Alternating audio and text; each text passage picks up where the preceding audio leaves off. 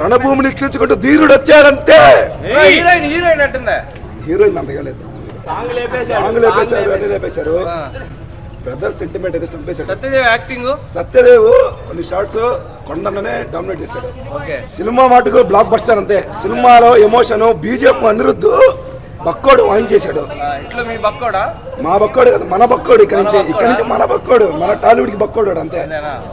Bye Pushpa 2 only Allu Arjun support చేసే ప్రయత్నాలన్నీ BGM కానీ డీజేఎం అంతా బాగుంది. బీజిఎం బాగుంది.